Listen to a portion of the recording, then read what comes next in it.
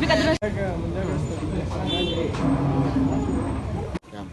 Ini bagaimana melihat potensi porang sendiri di Bulukumba sehingga Bulukumba menjadi daerah seminar ini?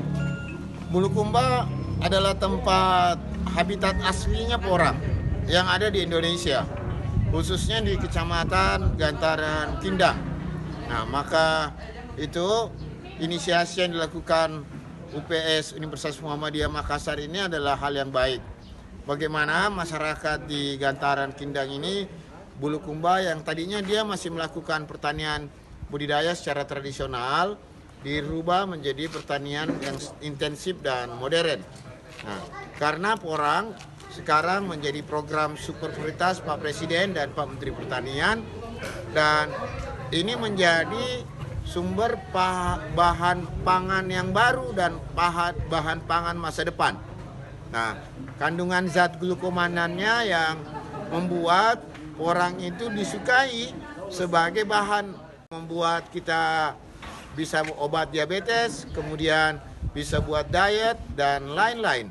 Nah, kenapa di Bulukumba? Ya, saya tentu sebagai wakil rakyat yang berprofesi sebagai petani porang juga dan sekaligus Ketua Umum PEPKI Indonesia, ya tentu saya harus melakukan edukasi bagaimana pertanian kita di Indonesia maju dan mengantarkan kesejahteraan masyarakat. Ya.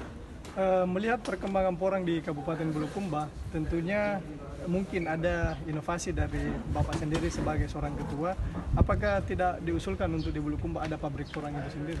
Nah, sekarang ini soal industrinya, kita di Sulawesi Selatan sudah ada 6 pabrik. Sudah ada 6 pabrik dan 6 pabrik itu masih kekurangan bahan baku. Artinya pabrik yang ada saja masih kekurangan bahan baku, apalagi mau tambah pabrik lagi. Kalau soal yang kayak tadi saya memberikan saran dan masukan ke Pak Desa, khususnya Desa Benteng Palio ini, betul-betul dimaksimalisasi lahan kosong. Tanah tidur itu yang tidak termanfaatkan harus ditanami porang, karena ya tidak mengganggu tanaman utamanya. 6 pabrik ini, kecuali nanti bahan baku sudah bertambah, baru insya Allah pengusulan untuk Bulukumba untuk pabrik porang yang ada di Bulukumba. Terkait dengan stabilitas harga,